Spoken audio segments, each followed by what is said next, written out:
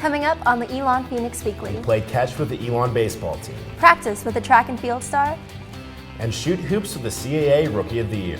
All that and more next on the Elon Phoenix Weekly.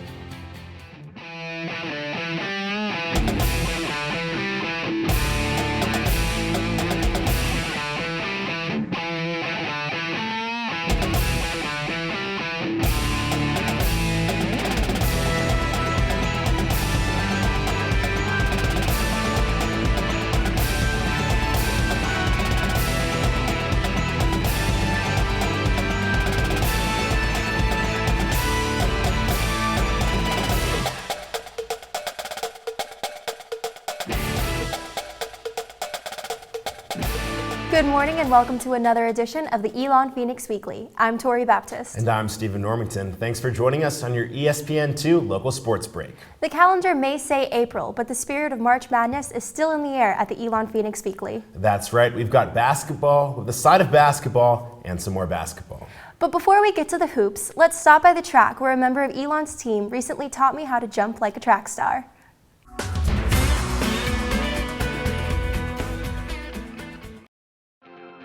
I joined Lydia Laws at the Jerry and Jeannie Robertson Track and Field Complex to learn the basics of a couple of events. My main events are hurdles and jumps, so I usually do 100-meter hurdle, 400-meter hurdle, and long jump. Today we're going to learn the basics of hurdling and jumping.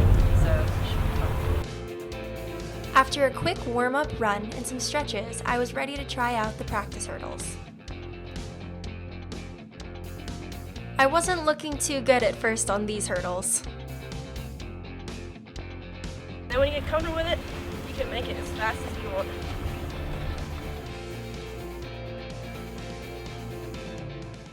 We're gonna start jumping over hurdles now. Luckily, she's going first and I'll be right behind her, so watch out, this should be fun. My first attempt? Just horrible. Luckily, Lydia had some tips for me.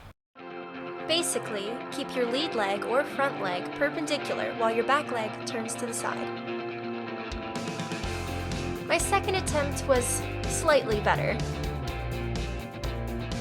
Hurdling may not be my strong point, but there is always the long jump. First, Lydia showed me the correct way to jump.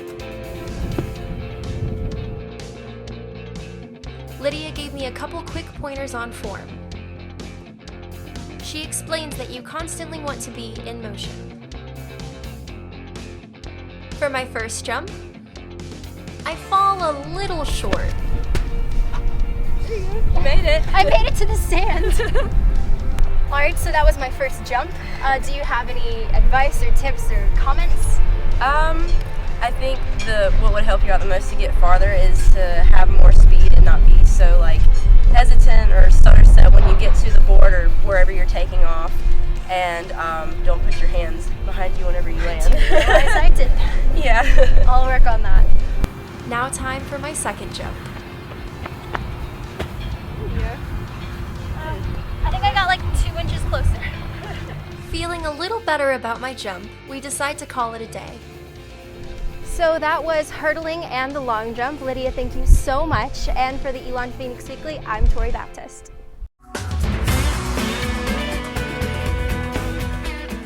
I may not have fallen on my face, but I still have a lot of practicing to do before I can join our women's track team. Every play in baseball begins with a pitch. A throw from the pitcher to the catcher, from the mound to behind the plate. 2 players control everything, even if it's just for a few seconds. Let's learn from 2 of Elon's best to explain this complex and fascinating relationship between a pitcher and a catcher.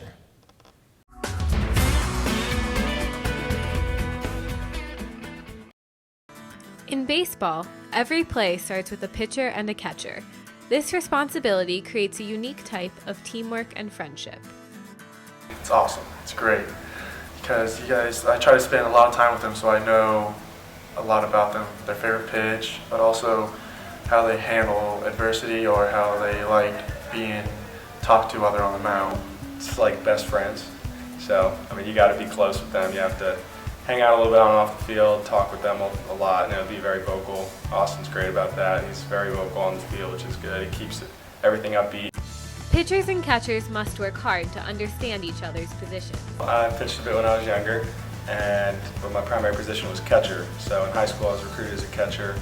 So when I got to Elon, I caught some my freshman year, and I had a setback in the fall of my sophomore year, and my coach wanted me to rehab as a pitcher. Being on the same page is definitely a big part of being successful in that relationship. So I think being a catcher my whole life, it's much easier for me to kind of know what he's thinking at times. I mean, there's a lot of things you have to do. You have to know your whole pitching staff, each guy's strengths, weaknesses.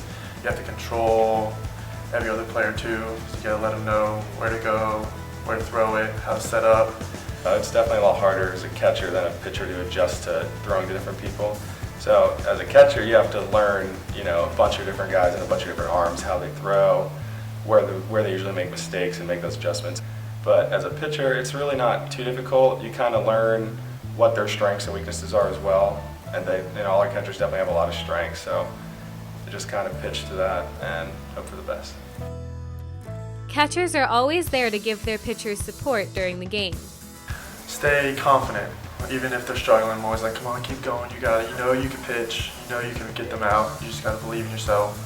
Trying to coach them up too, which helps our real coaches, because if they can save not going out and talking to them just because I can, it helps everyone overall. Well, they slow the game down. They'll come out, call time and come out to the mound and calm me down a little bit and maybe help you make an adjustment. And which a lot of times is, he can see what you're doing out there, but maybe you don't see it and you don't feel it. So if he comes out there and helps you make an adjustment, and then you get back on the same page and make the next pitch. I think as long as we're consistent, we see them, Austin and their catchers, working hard as well. If we're confident enough that they can block up a pitch that we throw in the dirt, then that gives us the ability to be confident enough to throw that two-strike pitch in the dirt and get the hitter out. My favorite part, I'd say blocking, because as you show your pitcher that he can have the confidence to throw it in the dirt, but he knows that you're blocking for him, and that just brings up everyone's energy. See how hard you're working, and that just helps them out too. At the end of the day, the bond between a pitcher and a catcher goes beyond just teammates. I think we have a good relationship. I hang out with them a lot on and off the field. We're constantly talking in the dugout in between innings about what pitches are working well, what we think the hitters are doing. So I think just having that constant communication, on and off the field, being close with one another, definitely helps out. Between us, it'd be different because, like I said, I try to spend a lot more time with them, get to know them and their personalities, and then even with the other position players with the catchers, they all have good relationships, but say it's not as close than with pitcher-catcher. I think just chemistry and confidence in one another. If you don't have confidence in the guy looking across from you, it's going to be a long day because you're the only two people on the field who are involved in every single pitch. Michael Elefante recently threw the first complete game of his career in a 17-3 victory over JMU in Elon's first CAA series. And that brings us to today's history, featuring the challenges and successes of Elon's 1985 Fighting Christian football team. This week in Elon sports history. An old team gets a new coach. The 1985 Elon Fighting Christians were on a roll, winning the last 2 out of 3 NAIA national championships. But with their head coach Wright Anderson stepping down, would assistant coach Lonnie Matt Carden be able to continue the success? The answer, yes. Along with matching last season's record of 7-3, Coach Carden was able to fuel Elon's offense, ending the season having 4 games scoring over 30 points. Their biggest game being a shutout over Bowie State, winning 50-0, along with setting school records for rushing and total yards. By the end of the season, the team sent 9 players to the NAIA All-District 2016. So even though the Fighting Christians had a new man in charge, their winning traditions remain the same. That's all for this week in Elon Sports History.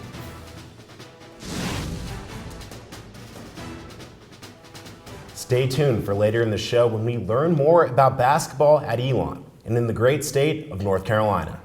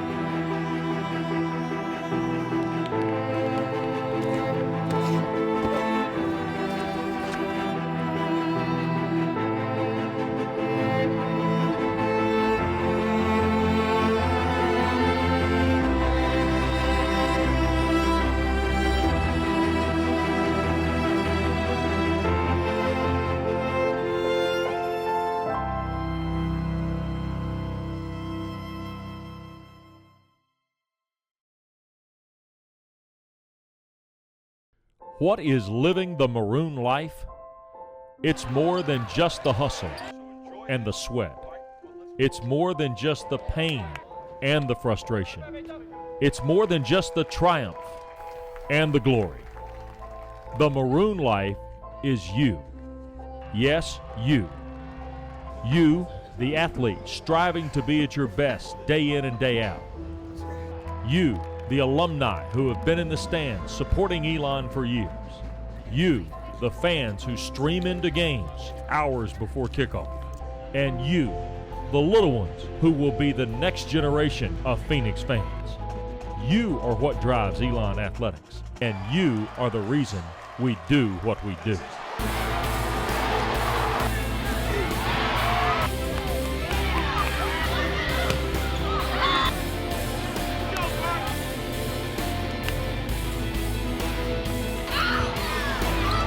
There is so much history and tradition behind our maroon. Conference titles, All-American, and national championships. But there is so much history and tradition yet to be made. So join us. Live the maroon life.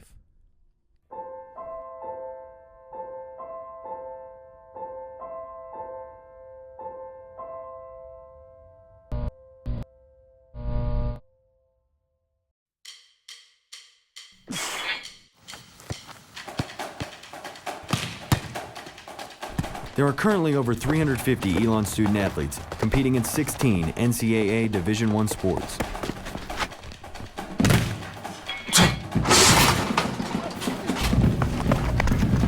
Scholarships enable us to succeed not only on the field, but also in the classroom.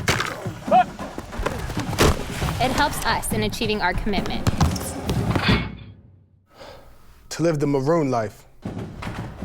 Your gifts have the power to take Phoenix athletics to even greater heights while giving student athletes an outstanding education.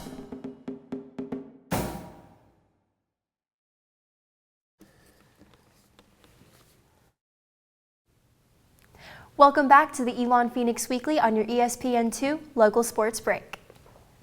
Freshman year is typically the most difficult in an athlete's career. They often struggle to find time to balance their hectic schedule. But occasionally, there is that diamond in the rough who shatters all expectations. For the Elon basketball program, this hidden gem was Elijah Bryant, who became the first player in program history to win the CAA Rookie of the Year. I was actually in the hotel room, and we were about to play the first round game. I got a notification of Luke Eddy tagging me in something, and I didn't know of anything.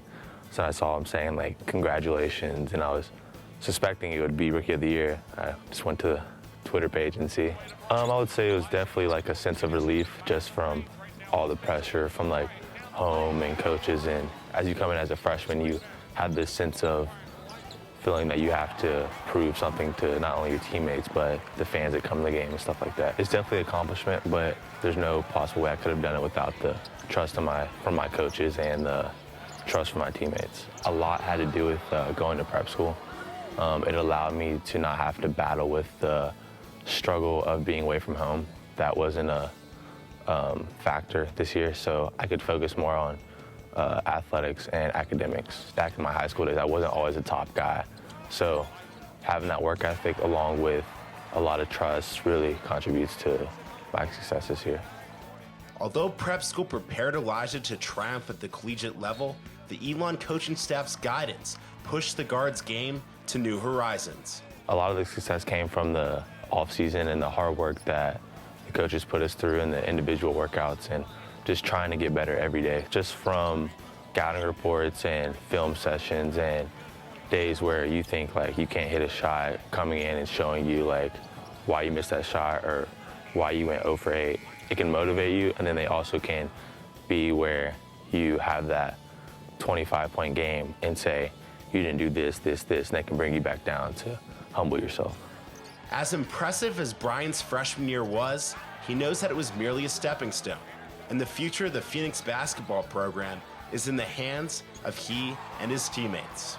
It brings me a lot of excitement just because I know that if I could do that this year, then if I work a little bit harder in this area and listen to coach a little bit more in this area and encourage guys, stuff like that, not only can I get better, but the team can get better. You can always improve in every part of your game. I would definitely say I'm gonna have to limit my turnovers. Shooting percentage has to definitely go up. Being a better leader, being more vocal, being more encouraging, and just not letting that typical sophomore slump come in, and being able to improve in every statistic. I'm excited to see how the freshmen come in, and considering all the freshmen this year got a lot of playing time, we're going to be a very experienced team going in next year. Bryant for the three, over the top.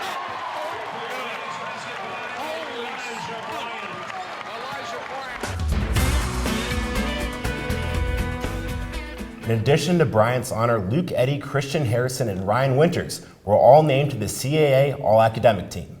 Elon had the most CAA All-Academic honorees of any league institution. The past few years, Jack Eisenberger has been the Phoenix's three-point king. This year, with the help of his teammates and coaching staff, a new superstar has surpassed the giant, and his name is Tanner Sampson.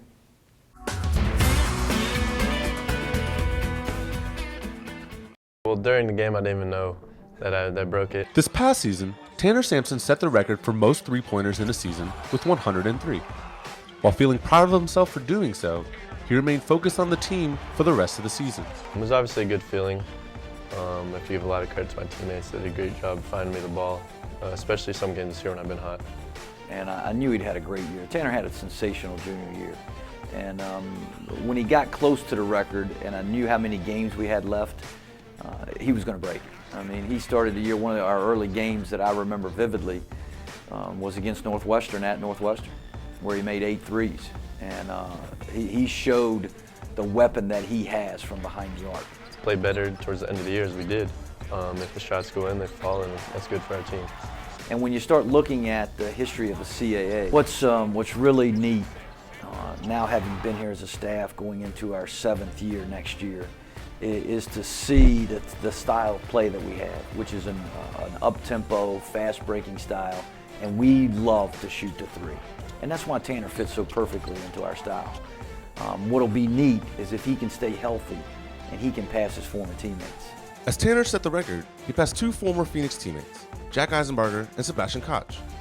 Tanner is also very close to passing their career record, and according to Coach Matheny and Tanner, it makes this record just that much more special. Jack's a great guy, really good friend of mine, and he did a good job mentoring me too. I mean, Jack Eisenberger's ahead of him on the all-time 3 points made list. Sebastian Koch is ahead of him.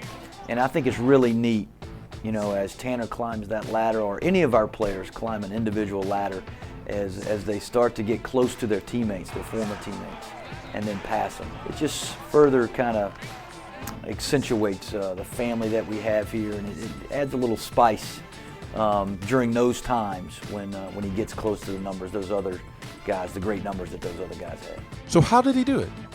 Apparently, Tanner and his teammates just played within the system, and it all came naturally. I think we're just going to play in the game plan, and you know, if I do get hot during a stretch in the game, the guys can find me, but just stick with the game plan, and my shots will come during that. We gave him a pretty flexible license to shoot the three, and he did it in the right way. They've always had great faith in my shot, and they knew I was a good shooter, and they tell me to keep shooting even when I'm in some slumps. He used his license the right way. He took a lot of shots within our system, and he broke the record by taking the shots that are good for him and good for our team. So it's always a positive encouragement from them, and they give me the green light to shoot. Next year, Tanner will be a senior and finishing his career. As a result, he'll be looking to take on a major leadership role, not that concerned about himself, but more so about his teammates. So I think you can always build and always get better, so it should be another fun year next year. He now is going to carry the torch along with our other senior class, rising senior class, of leadership. So he'll be challenged this spring, summer, and fall to further increase his responsibility as a leader on this team. All the while, we still want him to continue to improve himself individually as a player. Offseason is a great time to improve your game and get new assets to your game as well. And these guys are some great, talented players. We fully expect that he has another good year as a senior. As long as he stays healthy, he is capable of having a year next year just like he did this year, if not better.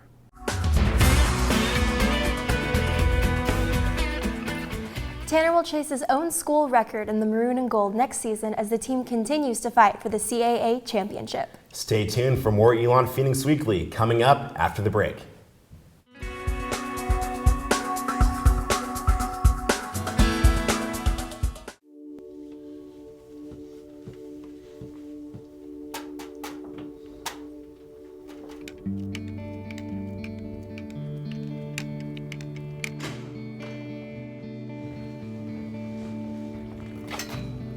Through their daily pursuit of excellence, Elon student athletes have gained recognition for their achievements, both on and off the field. Building a winning tradition takes hard work and dedication. Dedication to the maroon life. Where success is not only measured by just wins and trophies, but also by the knowledge we gain. At Elon, we're more than just athletes.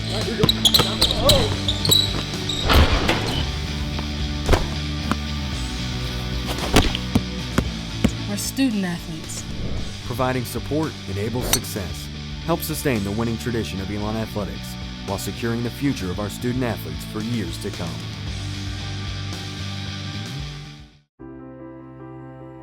An Elon education is about preparing students for a life of global citizenship. Of course, this is a place where you're going to come and earn a degree, but it's also a place that's going to get you to think very deeply about how you're going to use that degree to make the world a better place.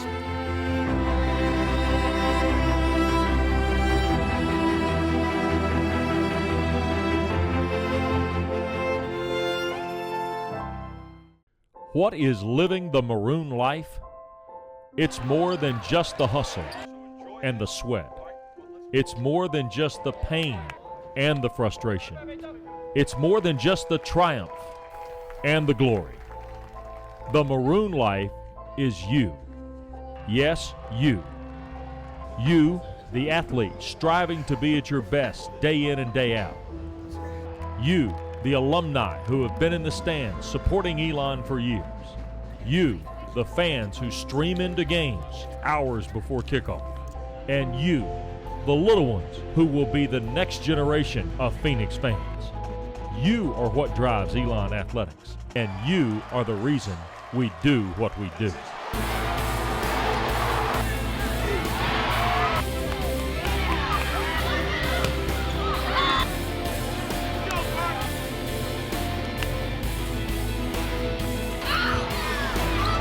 There is so much history and tradition behind our maroon. Conference titles, All-American, and national championships. But there is so much history and tradition yet to be made. So join us. Live the maroon life.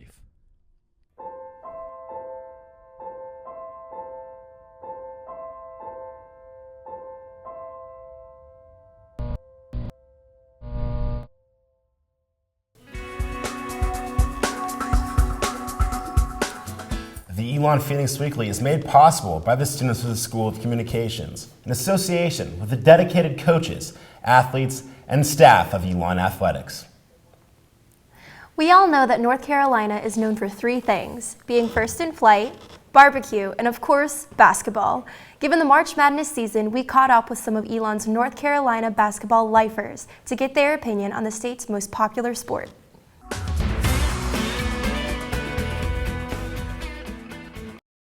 When you think about some of the greatest basketball, you know, you zero in on the state of North Carolina. When you think about the sport of basketball, North Carolina reigns. But what makes the sport so special in the Tar Heel State?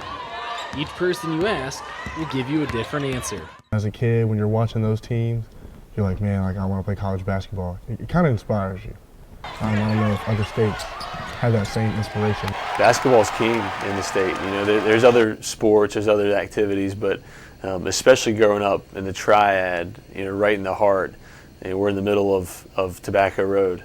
In North Carolina, the passion for the sport can start at a young age, from parents forcing their teams on their kids to those special family connections. It was chosen for me. My dad went to Carolina.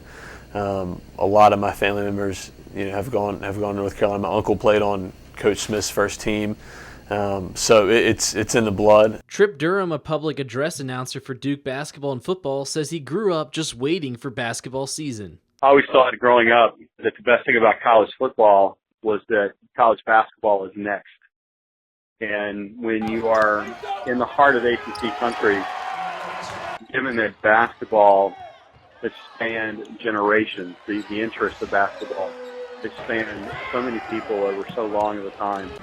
But something else that makes the sport so special in the state are the ones that have come before and the inspiration that they provide. North Carolina basketball is life, and another great basketball player, Michael Jordan, hail from the state of North Carolina, and all the kids wanted to be like Mike. I remember a lot of my friends, growing up playing on the playground, we all wanted to have their Air Jordans and be like Mike. On top of the legends of the state, the fan bases in North Carolina are some of the most passionate around.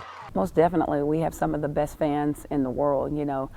North Carolina the state itself is known as a basketball state, and people just love, when you think about the rivalries of, especially on the men's side of the Duke, the North Carolina, the NC State, it's like draw blood. But for any sport to be successful, it has to start at a young age. I think guys see the guys that are above them. That's what I did. And you're I want to be like that guy. I want to be better than that guy. If we continue on the path of developing young players from youth developmental leagues, I think there will be more Michael Jordans to come, out of the state of North Carolina. Hey, and more Charlotte Smiths. So North Carolina has the history, fans, and young players. But the question still must be asked, are they the best? I think that North Carolina is the place to be if you're a basketball player. Like I said, we have other sports, but basketball is the sport. We pack out our games. Just even back home, we have to do pre-sales for games just because you can't get a ticket at the door. People of the state of North Carolina stir the pot of conversation, and these are the people that have the emotion. So in our mind, we're pretty top flight. I'm biased. I feel like we're the best.